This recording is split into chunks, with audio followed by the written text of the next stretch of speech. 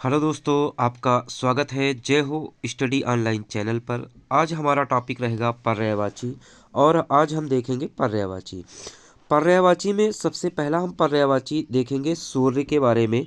सूर्य के बारे में पहला पर्यायवाची क्या बन सकता है? निसी हर। निसी का मतलब निशा बनाएंगे और निशा हर का मतलब हरने वाला। रात्रि को हरने वाला कौन होता है? सूर्य।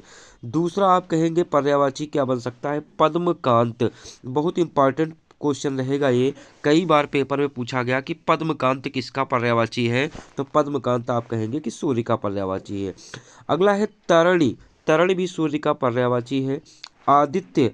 आदित्य भी सूर्य का पर्यायवाची है। अंशुमाली।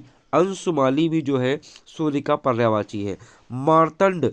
मार्तंड कई बार क्वेश्चन पेपर में पूछा जा चुका है कि मार्तंड किसका पर्यायवाची है, तो मार्तंड आप कहेंगे सूर्य का पर्यायवाची है। पतंग। पतंग भी आप कहेंगे सूर्य का पर्यायवाची है।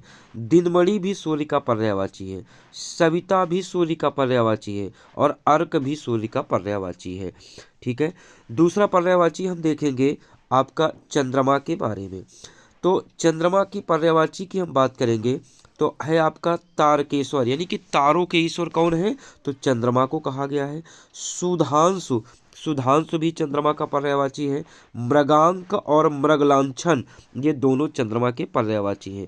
नया शब्द आपको मिलेगा पद्मिनी कांत। पद्मिनी कांत को इंपॉर्टेंट करिएगा। पद्मिनी कांत भी चंद्रमा का पर्यायवाची है। रजनी। रजनी मतलब रात्र, ईश माने भगवान, यानी कि रात्र में कौन चमकता है? आपका चंद्रमा। तो रजनीश भी चंद्रमा का पर्यायवाची है। राकेश भी चंद्रमा का पर्यायवाची है। निशापति भी जो है आपका जो है चंद्रमा का पर्यायवाची है। राकापति भी चंद्रमा का पर्यायवाची है। शशांक भी चंद्रमा का पर्यायवाची है। मयंक भी चंद्रमा का पर्यायवाची है और कलाधर भी चंद्रमा का पर्यायवाची है। इसके बाद तीसरा हम देखेंगे तारा के पर्यायवाची में। तारा में देखेंगे तो तारा को हम ऋक्ष कह सकते हैं, तारक कह सकते हैं, उडु कह सकते हैं, खाद्योत कह सकते हैं, नक्षत्र कह सकते हैं। ये सभी तारा के पर्यायवाची हो जाएंगे। आसमान की हम बात करेंगे तो आसमान के पर्यायवाची क्या बन सकते हैं?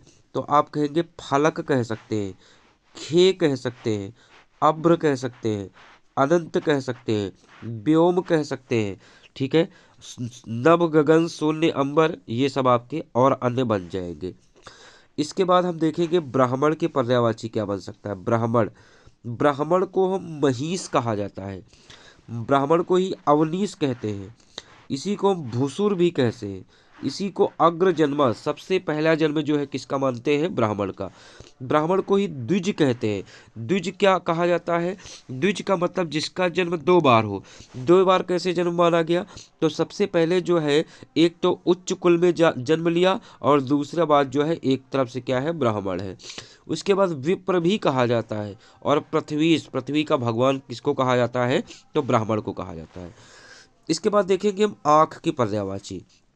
आँख को हम चक्षु कहते हैं। चक्षु के बाद नयन कहते हैं। नयन के बाद दीदा कहते हैं। दीदा के बाद दीदार कहते हैं। दीदार के बाद लोचन कहते हैं। लोचन के बाद विलोचन कहते हैं। विलोचन के बाद ईक्षण कहते हैं और ईक्षण के बाद प्रेक्षण कहते हैं। ये सभी जो है आँख के पर्यायवाची हो जाएंगे। अगला हम देखेंगे केस, यानी कि बाल के पर्यायवाची क्या क्या बनेंगे। तो बाल के पर्यायवाची में चूल कहते हैं, इसी को हम अलक कहते हैं, कुंतल कहते हैं, चिकुर कहते हैं, पस्म कहते हैं, लट कहते हैं, जुल्फ कहते हैं और सिरेरू कहते हैं। ये सभी बाल के पर्यायवाची हो जाएंगे। इसके बाद हम अगला देखेंगे शराब। ठीक है। शराब। बने रहे ये पीने वाले और बनी रहे ये मधुशाला, ये हरिवंश राय बच्चन की पंक्तियां हैं। तो शराब की हम देखेंगे तो शराब को हम कादम्बरी कहते हैं। इसी को मेरे कहते हैं। इसी को मधु कहते हैं। इसी को हाला कहते हैं। इसी को मधुजा कहते हैं और इसी को वारुणी कहते हैं और इसी को जो है मध्य कहते हैं। इसके बाद अगला हम देखेंगे जो है भंवरा। भंवरा का देखेंगे तो भंवरा से क्या बन जाएगा? इसी को भंवरा को हम मिलिंद कहते हैं। इसी को हम चंचरीक कहते हैं। इसी को हम सटपद कहते हैं, छह पैर वाला। इसी को हम द्विरेफ भी कहते हैं। इसी को हम भृंग भी कहते हैं और इसी को हम सिली मुख भी कहते हैं। ये भंवरा के पर्यायवाची हो जाएंगे। इसके बाद हम लास्ट देखेंगे आग का पर्यायवाची। आग का पर्यायवाची। ठीक है। तो आग का पर्यायवाची की हम देखेंगे तो तो आग को हम कहेंगे हव्य वाहन कहते हैं। इसी को हम वायु सखा भी कहते हैं। इसी को हम वैश्वानर भी कहते हैं। इसी को हम रोहिताऊ भी कहते हैं। इसी को हम कृशानु भी कहते हैं। इसी को हम हुतासन भी कहते हैं। इसी को हम दहन भी कहते हैं। और इसी को हम धनंजय भी कहते हैं। और एक नया शब्द आपको मिलेगा अनल। क्या एक शब्द मिलेगा आपका नया? अनल। अनल, पावक, दहन, हुतासन, कृशानु, ये सारे जो है किसके पर्यायवाची बन जाएंगे? आग के पर्यायवाची बन जाएंगे।